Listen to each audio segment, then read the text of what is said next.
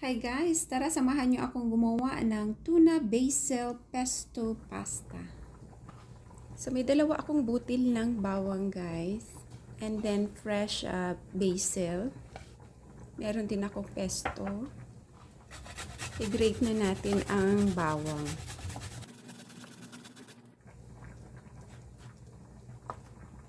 I-chop pa natin ng pinong-pino. Ganyan.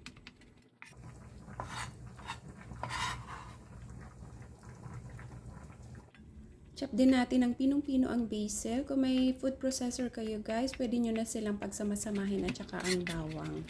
Yan, basta ganyan ka pinong-pino.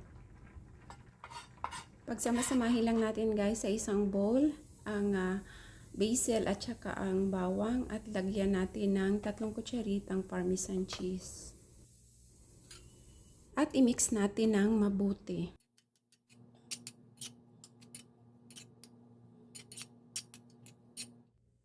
Pag na-mix na natin ang gusto, lagay natin ng pesto paste. Ayan.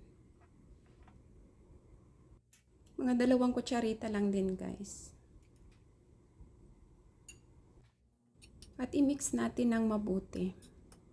Ayan, mix natin ng mabuti. Dagdagan natin ng olive oil para hindi siya dry na dry.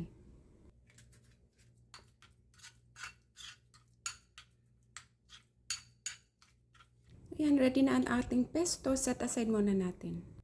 So, dyan sa mainit na kawali guys, maglagay tayo ng olive oil. At igisa natin ang bawang. Ayan. Pino din guys ang bawang. Ayan. Pag medyo nag-iba na ang kulay, nag-translucent na, lagay natin ang tuna. Lagyan natin ng onion powder. Lagyan natin ng pepper. At salt. Haluin natin hanggang sa mag-subside ang sabaw. Tikman na natin guys kung okay na ang timpla. Okay na ang timpla guys. At ilagay na natin ang penny pasta.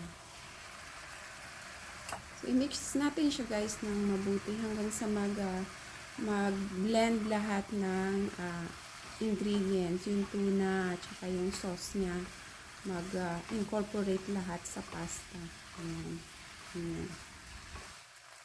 At pag nahalo na natin ng mabuti, ilipat natin guys sa isang serving bowl. Ayan, ilipat natin dyan. Ayan. At ilagay natin guys yung sinet aside nating pesto paste. Ayan. Ilagay na natin and then i-mix natin ng mabuti. May itinabi pala ako guys na pinaglagaan ng pasta. Ayan yung sabaw nung pinaglagaan ng pasta. Nagtabi ako ng kaunti. At saka ayan ihalo natin kasi para hindi masayang. And then ilagay natin dyan sa pasta para mas moist ang ating pasta guys. Ayan. Ayan. Halo-halo lang. And then, ready na yan guys.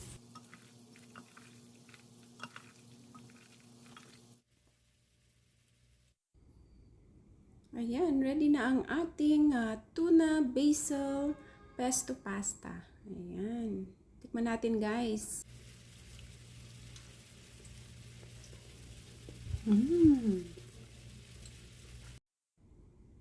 Ang sarap guys. Ayan. Try nyo na guys. Madali lang gawin.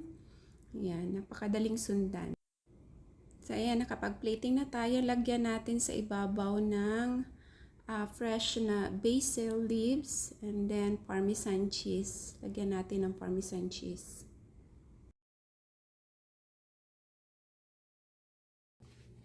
Ayan. Tikman natin guys. Tikman natin.